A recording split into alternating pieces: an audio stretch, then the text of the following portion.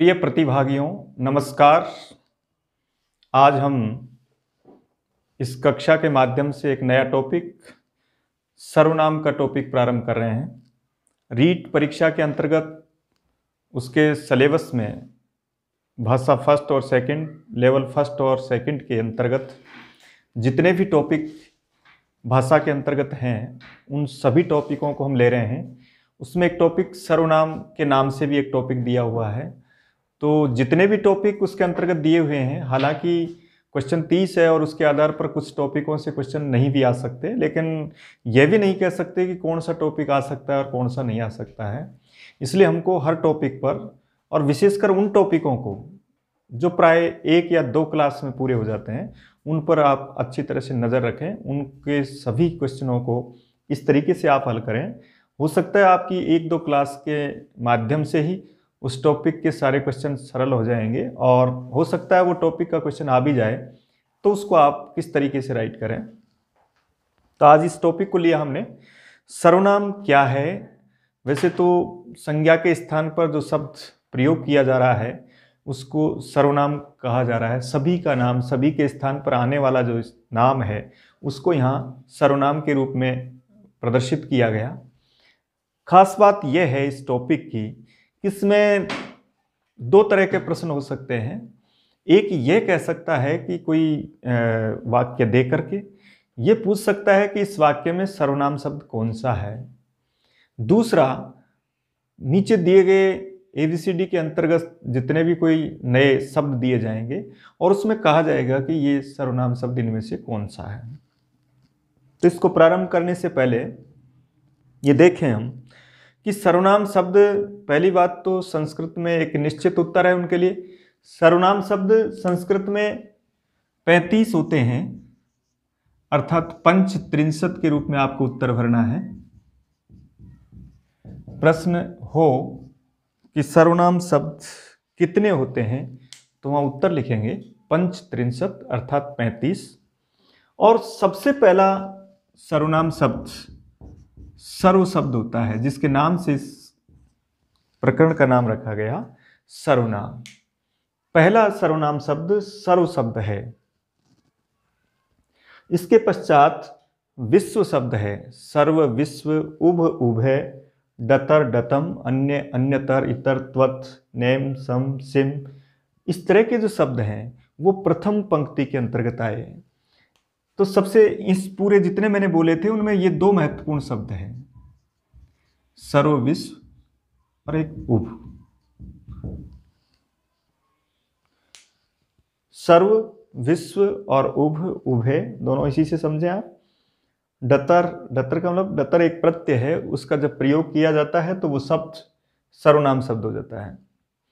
डतम, अन्य, अन्यतर, इतर, त्वत, name, SIM, इस तरह के जो शब्द हैं वो पहला जो सर्वनाम का पहला वर्गीकरण हुआ उसके अंतर्गत इन शब्दों को लिया गया।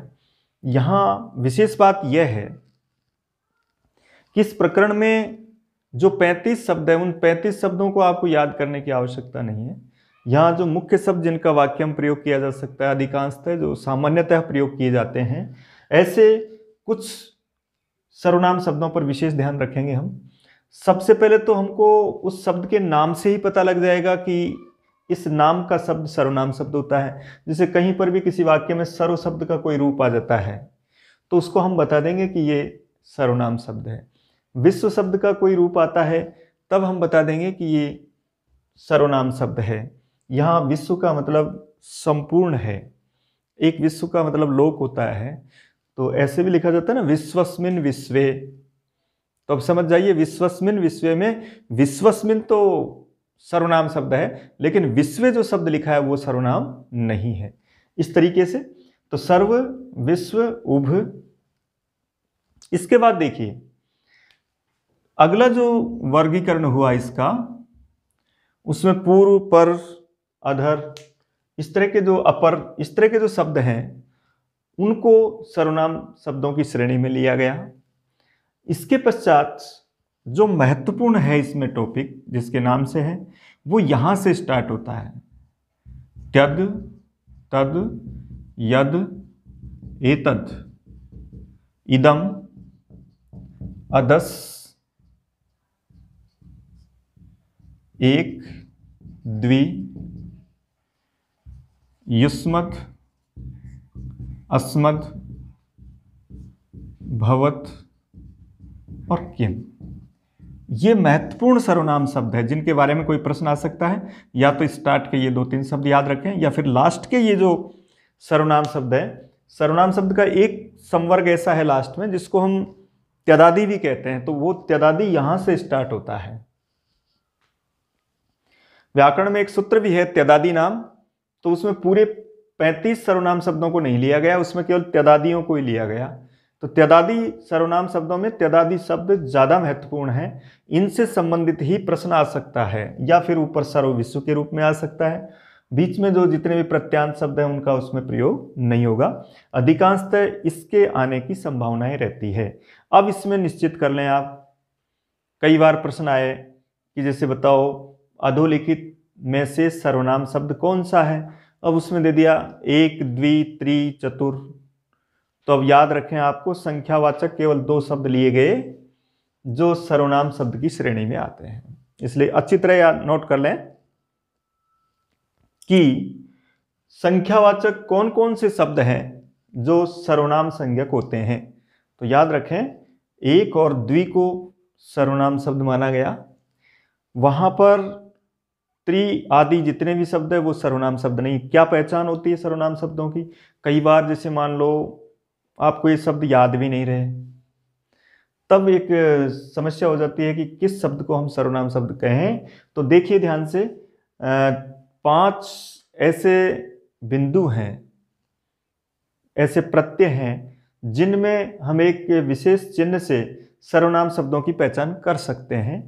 विशेषकर जैसे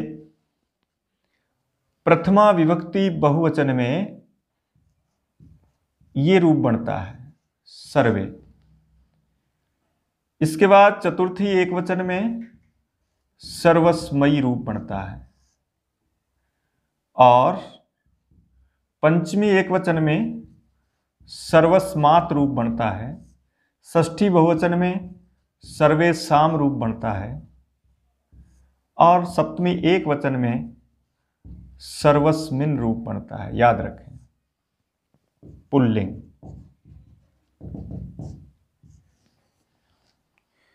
कोई भी अकारांत शब्द पुल्लिंग में सामान्य अकारांत शब्दों की तरह रूप चलते हैं, केवल इन 5 जगह पर सर्वनाम शब्दों में परिवर्तन पाया जाता है। इसलिए मान लो जैसे कहीं जो बीच में मैंने शब्द बोले थे उन शब्दों का कहीं प्रयोग हो जाए और उसके साथ ये कहा जाए, उसके पीछे इस तरह के चिन्ह जुड़े हुए हों सर्वनाम प्रत्ययों के रूप में, तब हमको बता देना है कि ये शब्द सर्वनाम शब्द है। इसलिए याद रखें, ये 5 बिंदु अच्छी तरह से याद रख लें कि जहाँ प्रथमा बहुवचन में आ और विसर्ग नहीं होकर ए हो, क्योंकि राम शब्द में रामा बनता है लेकिन यहाँ सर्वे है। चतुर्थी के एकवचन में रामाई बनता है लेकिन यहाँ सर्वस्मयी है। पंचमी के एकवचन में रामात बनता है लेकिन यहाँ सर्व इस्मात, इस्मात जुड़ेगा। और षष्ठी के बहुवचन में वहाँ रामा नाम होता है लेकिन यहाँ एसाम जुड़ेगा। और सप्तमी के एकवचन में वहाँ ए होता है लेकिन यहाँ स्मिन जुड़ेगा। तो ये पहचान है, इसके आधार पर देखें हम कि जहाँ पर शब्द के अंतर्गत ये जुड़े हुए हैं तब समझ जाओ वो पुल्लिंग सर्वनाम शब्द का रूप है और वो इस विभक्ति का रूप है।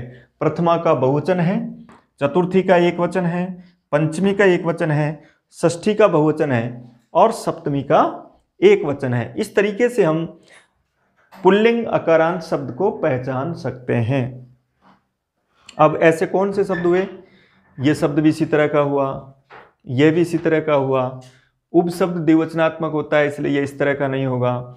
इसके बाद त्यद शब्द भी इस तरह का हुआ, क्योंकि त्यदादि नाम का मतलब होता है उनको अकारांत के रूप मान लिए जाते हैं, इसलिए यहाँ त्यद, तद, यद, एतत्, इदम, अदस और एक, यहाँ तक कि प्रत्येक शब्द को देखो और उसके साथ किम को भी देखो, केवल इन तीन को नहीं देखना है, इनके रूप अलग तरीके से चलते हैं, युष्मद, अस्मद और भवत के।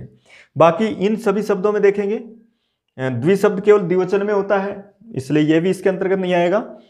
तो जैसे आपने देखा एक शब्द है, अब एक शब्द का बहुवचन नहीं होता, इसलिए एक शब्द का एक वचन होता है तो चतुर्थी के एक वचन एकस्मयी बनेगा, यहाँ एकस्मात बनेगा और यहाँ एकस्मिन बनेगा, क्योंकि एक शब्द एक वचनांती है, इसलिए उसमें केवल एक वचन में ही परिवर्तन मिलेगा, द्विवचन बहुवचन उसमें होता ही नहीं है।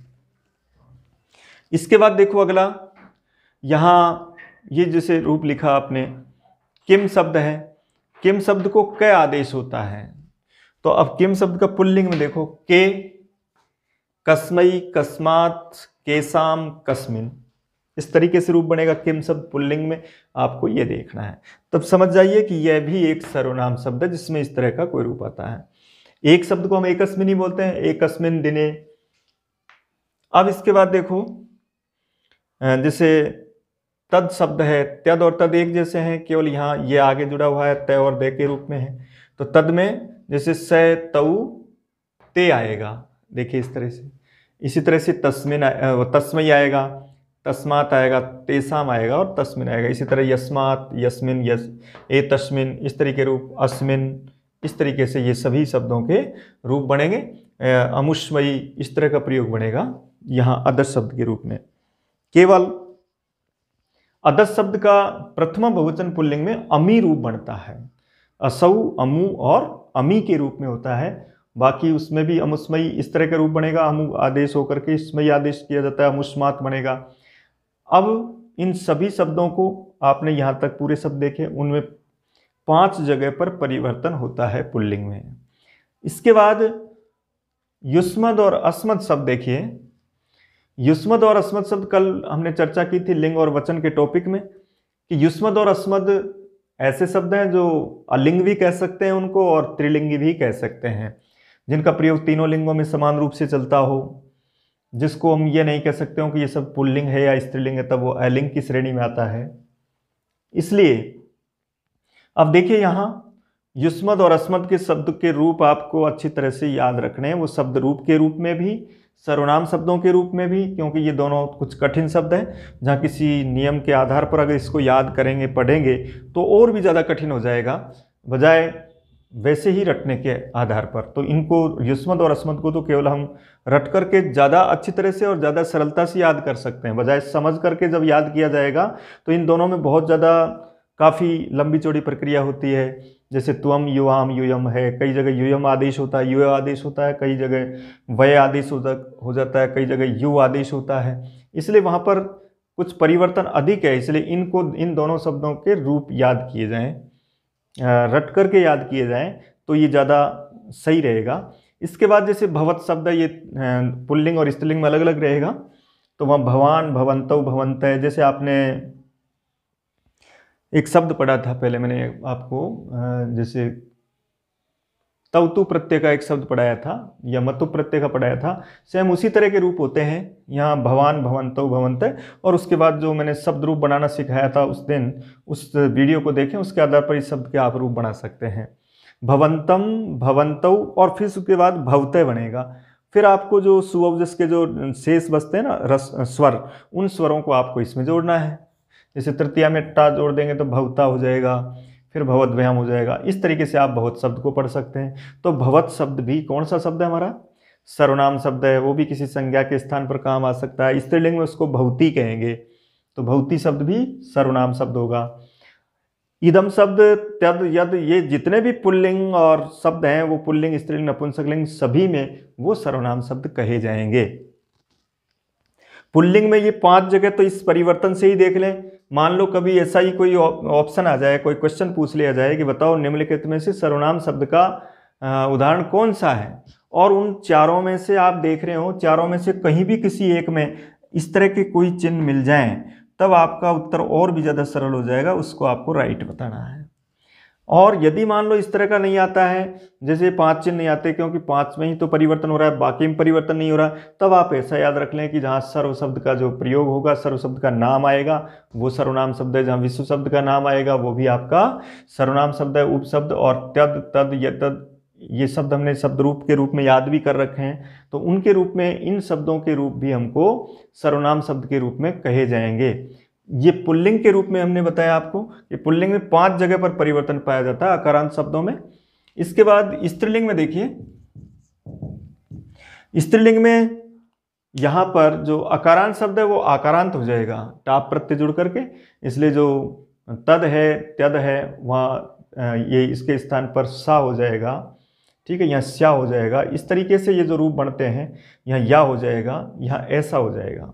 इस तरीके से ये जो शब्द हैं इनमें स्त्रीलिंग में अब क्या परिवर्तन करते हैं हम देखिए, तो सा ते ता, ताम ते ता, तया त्याभ्याम ताभी। अब चतुर्थी के एक वचन में ये तस्यई बनता है, याद रखें, अर्थात हमको चतुर्थी एक वचन में शई जोड़ना होता है सर्वनाम शब्दों में स्त्रीलिंग में, और पुल्लिंग में स्मई होता है। ये ध्यान रखें जरूर कि जहाँ स्मई आ रहा है तब बता दें कि ये सर्वनाम शब्द पुल्लिंग है, और जहाँ शई आ रहा है तब बता दें कि ये सर्वनाम शब्द स्त्रीलिंग है। इस तरीके से आप चेंज करें। इसके बाद दूसरा, चतुर्थी के एक वचन के बाद पंचमी का एक वचन जो सर्वस्मात लिखा आपने, उसकी जगह पर स्त्रीलिंग में स्या जुड़ता है और वो सर्वस्या हो जाएगा, और यही षष्ठी के एक वचन में होगा। पंचमी और षष्ठी का एक वचन स्त्रीलिंग में इस रूप में देखना चाहिए, वहाँ स्या के रूप में अगर जुड़ा हुआ है तब समझ जाओ वो आपका सर्वनाम शब्द का पंचमी का एक वचन है और षष्ठी का भी एक वचन है। इसी तरह से षष्ठी का बहुवचन, उसमें आपको सर्वासाम करना है,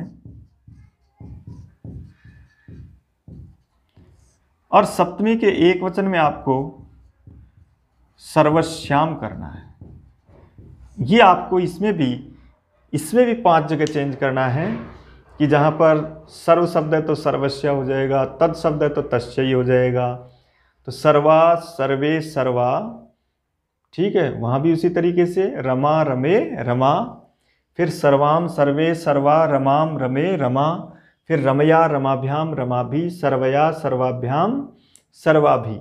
इसके बाद सर्वस्यई, चतुर्थी के एक वचन में ऐसा करें, सर्वस्यई सर्वाभ्याम सर्वाभ्य आ के रूप में होता है स्त्रीलिंग में, और इसके बाद सर्वस्या सर्वाभ्याम सर्वाभ्य, सर्वस्या सर्वयो सर्वासाम। यहाँ सर्वेसाम देखिए थोड़ा अंतर याद रखें, इसमें एसाम होता है, इसमें आसाम होता है, यहाँ स्मिन होता है, यहाँ श्याम होता है। सप्तमी के एक वचन में सर्वश्याम और ये सर्वस्मी। इस तरीके से यहाँ भी 5 जगह चेंज हुआ। ये भी स्त्रीलिंग की पहचान के रूप में याद रखें कि कहीं पर आपको शई मिलेगा, जैसे कहते हैं नमस्तस्यै नमस्तस्यै नमो नमः, और तस्मै पाणी नये नमः, तो वहाँ पाणिनि के लिए तो तस्मै आ रहा है, और दुर्गा सप्तशती में तस्यै का प्रयोग करते हैं दुर्गा के लिए, स्त्रीलिंग शब्दों के लिए इस तरह का प्रयोग करते हैं। तो ये कुछ जो अकारांत और आकारांत शब्द, सामान्य जो शब्द होते हैं, उनमें जहाँ चेंज मिलता है वहाँ यहाँ चेंज मिलेगा। ऐसा चिन्ह देखते हैं तो आप निश्चित रूप से उसमें आप सर्वनाम शब्द भर दें। ये जो प्रक्रिया है, कई बार इस तरह के जो प्रश्न आते हैं, तो सामान्यतः जिन्होंने कभी संस्कृत पढ़ी नहीं और संस्कृत भाषा को उन्होंने चुना है, उनके लिए बहुत सरल हो सकता है कि उनको ये थोड़ा सा याद कर लेना अच्छी तरह से, रट करके भी कई बार इसी तरह से प्रश्न आ जाता है, सामान्य ज्ञान के रूप में ही प्रयोग किए जाते हैं। तो वहाँ पूछ लिया जाएगा भाई कौन सा आपका सर्वनाम शब्द है, तो आपको देखना है कहीं कोई 5-4 शब्दों में स्मात स्मयी इस तरह के शब्दों का प्रयोग हो जाए तो आपको उसमें सर्वनाम शब्द उत्तर भरना है। अब देखो इसके बाद नपुंसक लिंग में कोई चेंज नहीं, नपुंसक लिंग में पुल्लिंग की तरह ही चेंज होता है, क्योंकि उसमें ये हट जाएगा प्रथमा विभक्ति का बहुवचन, क्योंकि वहाँ सामान्य रूप से फलम फले फलानी की तरह ही रूप चलेगा। वहाँ केवल ये 4 चेंज होंगे, क्योंकि तृतीया से और सप्तमी तक पुल्लिंग की तरह ही नपुंसक लिंग होते हैं, इसलिए ऊपर प्रथमा द्वितीय विभक्ति दोनों एक जैसी होती है, इसलिए नपुंसक लिंग में भी आपको अंतिम जो 4 है इसके आधार पर ही चेंज करना है। पुल्लिंग की ये पहचान है, नपुंसक लिंग की भी यही पहचान है, इसको छोड़कर स्त्रीलिंग को आपको इस तरीके से बताना है। जब नपुंसक लिंग का कोई शब्द आए तब हम चेंज नहीं कर पाएंगे, बता नहीं पाएंगे कि सर्वस्मात पुल्लिंग का है या नपुंसक लिंग का है, तब उसके बाद वाले शब्द के आधार पर उसका उत्तर भरेंगे हम। जैसे मान लो कहीं पर भी कोई पीछे शब्द लिखा है ना, सर्वस्मात् जनात्, तो जन शब्द पुल्लिंग है, तब इसको भी पुल्लिंग कह देंगे। इस तरीके से सभी शब्दों के पश्चात इस तरह के चिन्हों से हम कौन से शब्दों की पहचान करते हैं? सर्वनाम शब्दों की पहचान करते हैं। अब रहा आपका भवत शब्द और किम शब्द। किम शब्द के रूप में भी जैसे प्रथमा बहुवचन के रूप में पुल्लिंग में के करेंगे, ये कस्मई होगा, ये कस्मात होगा, ये केसाम होगा और ये कस्मिन होगा, इस तरीके से। और इसी तरह से यहाँ कस्यई होगा, कस्या होगा, कस्या, कासाम और कस्याम। इस तरीके के शब्दों को सभी को ऐसा इस तरीके से आप भरें। एतत् शब्द है, उसमें देखिए तस्मिन की जगह ए तस्मिन हो जाएगा। यहां देखिए तस्मिन, यस्मिन, ए तस्मिन, अस्मिन, चारों एक जैसे हैं। अमुस्मिन वहां अदर शब्द के रूप में, और एकस्मिन।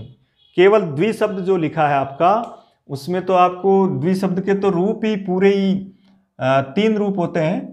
एक द्वौ होता है, एक द्वाभ्याम होता है, एक द्वयो होता है। स्त्रीलिंग में द्वे होता है और ये होता है। केवल द्विशब्द तो यही पूरा हो गया, क्योंकि द्विशब्द द्विवचनांत होता है और द्विवचनांत के रूप में तृतीया का द्विवचन, चतुर्थी पंचमी का द्विवचन एक जैसा होता है, प्रथमा द्वितीया का एक द्विवचन एक जैसा होता है और षष्ठी और सप्तमी का द्विवचन एक जैसा होता है। इसलिए केवल शब्द 3 होते हैं द्विशब्द के पूरे रूप में। स्त्रीलिंग नपुंसकलिंग में केवल ये द्वे में चेंज हो जाता है, बाकी दोनों इसी तरह से रहते हैं। इसलिए वहां द्विशब्द में तो केवल ये 4 शब्द होते हैं। इनको देख करके भी द्विशब्द को तो नाम से याद रखें कि वो एक सर्वनाम शब्द होता है, एक भी एक सर्वनाम शब्द होता है, और द्वि का पर्यायवाची उभ शब्द है वो भी सर्वनाम शब्द होता है। उभय भी सर्वनाम शब्द होता है। उभ और उभय दोनों अलग अलग हैं। यहां जितने भी शब्द इस तरह के त्यद के रूप में प्रयोग किए जाते हैं, जैसे मान लो ये उदाहरण लिखा आपसे, एक वाक्य आया, एते जना कस्मिन ग्रामे वसंती। ये वाक्य पूछा और उसमें यह कहा गया इस वाक्य में सर्वनाम शब्द कौन सा है? अत्र सर्वनाम शब्द अस्ति। और फिर ऑप्शन दिया उसने, ए में लिखा एते, बी में लिखा कस्मिन, सी में लिखा उभौ, डी में लिखा जना। तब हमको ये राइट करना है, क्योंकि एते शब्द भी एक सर्वनाम शब्द है, कस्मिन भी सर्वनाम। कस्मिन में तो इसमिन आ रहा है, इस तरीके से पहचान, ये किम शब्द का एक रूप है। लेकिन एते जो है वो एतत् शब्द का रूप है। एसह, एतौ, एते प्रथमा बहुवचन का रूप है। तो शब्द के रूप पर भी आप जोर दें। एक बार हम उन शब्दों के रूप हमने पढ़ ही रखे हैं, जैसे तत् शब्द है, तत् यत् शब्द है, और उसके रूप में हमने लिखा स तौ ते, या ये यौ ये, एस एतौ एते। एतद और त्यत शब्द बिल्कुल एक जैसे हैं। तत् शब्द का जो रूप लिखा हुआ है उससे पहले ए लगा दें आप, तो वो आपका एतद शब्द बन जाएगा। जैसे इसमें होता है स, उसमें होता है एस है, वो जो स है वो मूर्धन्य हो जाता है ए की वजह से। तो बाकी सब, जैसे यहाँ आएगा तौ तो वहाँ आ जाएगा एतौ, यहाँ आएगा ते तो वहाँ आ जाएगा एते। इस तरीके से किसी भी वाक्य में जो सर्वनाम शब्द दिया हुआ है उसको आप पहचान कर सकते हैं। इसी तरह से जैसे मान लो ये शब्द लिखा आपका, एक दूसरा प्रश्न लिखा, भवन्तः अस्माभिः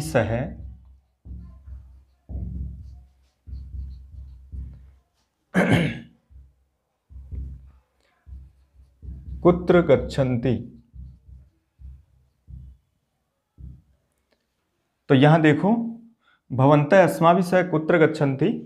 तो अब इसमें पूछा जाता है कौन सर्वनाम शब्द है, तो सर्वनाम शब्द के रूप में भवन्तः भी सर्वनाम शब्द है, अस्माभिः भी अस्मत् शब्द का रूप है। ये दोनों क्या है? सर्वनाम शब्द है।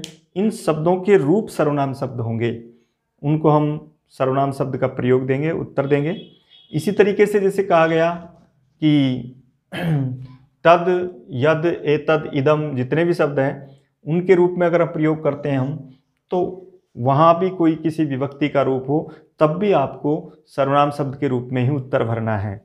एक जैसे इसमें कई बार जैसे कुत्र, तत्र इत्यादि जो शब्द आते हैं वो एक अव्यय शब्द है, उनमें अव्यय का प्रयोग करते हैं और तद्धित वाले अव्यय हैं, इसलिए उनका जो प्रयोग प्रश्नवाचक अव्यय के रूप में किया जाता है। इसी तरीके से इदम शब्द का कोई भी रूप जो किसी व्यक्ति के लिए प्रयोग किया जा रहा है, उसको हम किसी स्थान के लिए प्रयोग किया जा रहा है, जैसे अयम,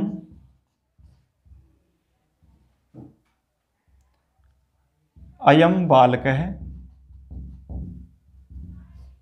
कस्याम कक्षायाम पठति। अब देखो यहाँ दो तरह की बात है, यहाँ सर्वनाम शब्द तो दो हैं, एक अयम भी है और एक कस्याम भी है।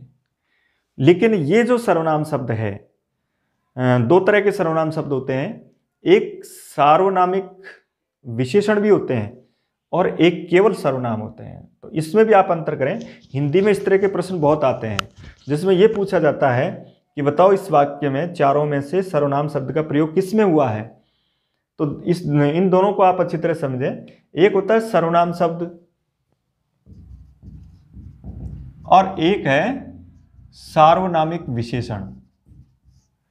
क्या अंतर है दोनों में? सर्वनाम शब्द का मतलब है जो किसी के स्थान पर काम आया हो, किसी के स्थान पर उसका प्रयोग किया गया हो। लेकिन सार्वनामिक विशेषण क्या है? किसी का सर्वनाम के रूप में विशेषता बताई जा रही हो।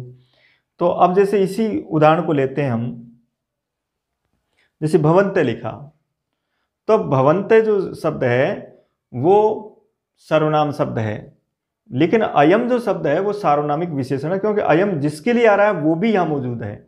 अयम बालक है यानी यह बालक, तो ये बालक को संकेत करके बता रहा है और वो सर्वनाम के रूप में है, इसलिए सर्वनाम के रूप में ये सार्वनामिक विशेषण कहे जाते हैं। जहाँ पर वो जिसके लिए प्रयोग किया जा रहा है वो भी अगर उस प्रयोग किया जाए तो ऐसी स्थिति में वो सार्वनामिक विशेषण कहलाता है। जैसे कक्ष्याम, कक्षायाम, तो ये भी सार्वनामिक विशेषण है क्योंकि ये कक्षा के लिए आ रहा है और कक्षायाम से पहले कक्षायाम का प्रयोग किया जा रहा है, इसलिए यहाँ भी इसको भी हम किसके रूप में प्रयोग करेंगे? सार्वनामिक विशेषण के रूप। तो ये भी समझे हम। हिंदी में भी इस तरह के कई प्रश्न आते हैं कि ऐसा एक प्रश्न निश्चित आता है उसमें कि सर्वनाम शब्द किस में प्रयोग किया गया या सार्वनामिक विशेषण का प्रयोग किस में किया गया। तो जैसे हम कहते हैं कि यह पढ़ रहा है, तो वो निश्चित है सर्वनाम है, लेकिन हमने कहा कि ये बालक पढ़ रहा है, तब वो सार्वनामिक विशेषण कहलाएगा क्योंकि वो जिसके लिए आया है उसका भी वहाँ प्रयोग किया जा रहा है, इसलिए उसको हम सार्वनामिक विशेषण कहेंगे। सर्वनाम के टॉपिक में बहुत सरल टॉपिक है, केवल आपको इतना ही याद रखना है इसमें पूरे पैराग्राफ में इनमें से कोई शब्द आएगा और उस शब्द को आपको ढूंढ के बताना है कि ये सर्वनाम शब्द है।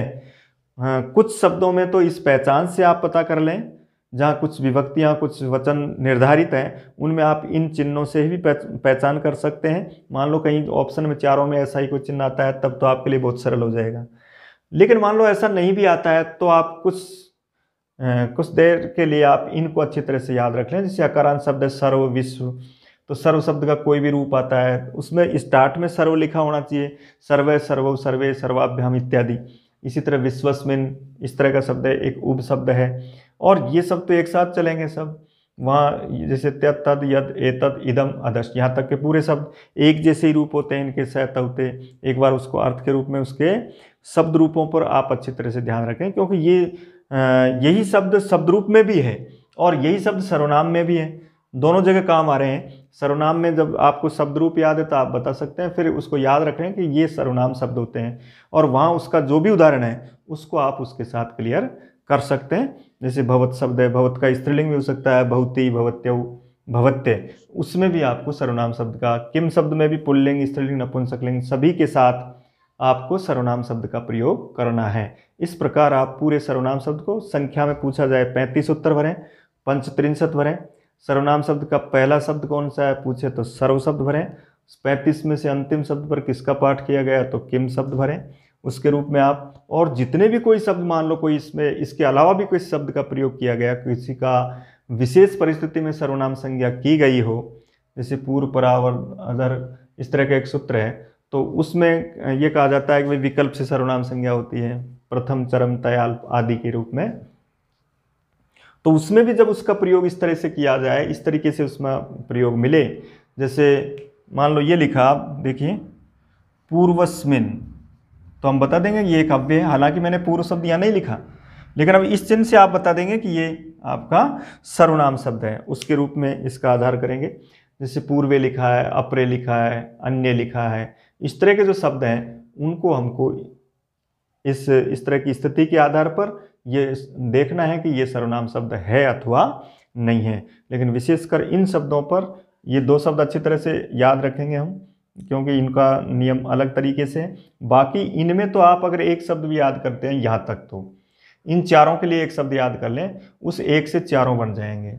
इदम भी इस जैसा ही है, केवल अयम, इमऊ में पहली जो लाइन है उसके रूप में, और बाकी कई जगह पर अ मिलता है। अदस के लिए विशेषकर आपको ये देखना है कि जो शब्द अमु से स्टार्ट हो रहा है, असौ से स्टार्ट हो रहा है, वो शब्द इसके हैं और वो भी सर्वनाम शब्द के रूप में उत्तर भरे जाएंगे। संख्यावाचक 1 2 3 4 आते हैं तो आप याद रखो 1 और 2 ही सर्वनाम शब्द होते हैं, बाकी सर्वनाम शब्द नहीं होते संख्यावाचक। एक अंतिम प्रश्न यह है इसमें कि कई बार ये प्रश्न आ जाता है कि इसका सर्वनाम शब्दों में संबोधन होता है या नहीं होता है। तो याद रखें उसमें एक नियम है, उसमें लिखा हुआ है त्यदादे संबोधनम नास्ति, त्यदादियों का संबोधन नहीं होता है। यानी त्यदादि से ऊपर जो सर्वनाम शब्द उनमें तो संबोधन होता है, लेकिन त्यदादि कहा है, त्यदादे संबोधनम नास्ति इति उत्सर्ग है, ऐसा एक नियम है। तो यहाँ से यहाँ तक के जो शब्द हैं इनमें संबोधन नहीं होगा, इससे पहले के जो सर्वनाम शब्द हैं उनमें संबोधन हो सकता है, हे सर हो सकता है, लेकिन हे स नहीं हो सकता, इनमें संबोधन का प्रयोग नहीं होता है। ये आपका सर्वनाम का टॉपिक है, तो इसको आप इस तरीके से पढ़ें। कल हम किसी दूसरे टॉपिक के साथ अगली कक्षा में नया टॉपिक प्रारंभ करेंगे।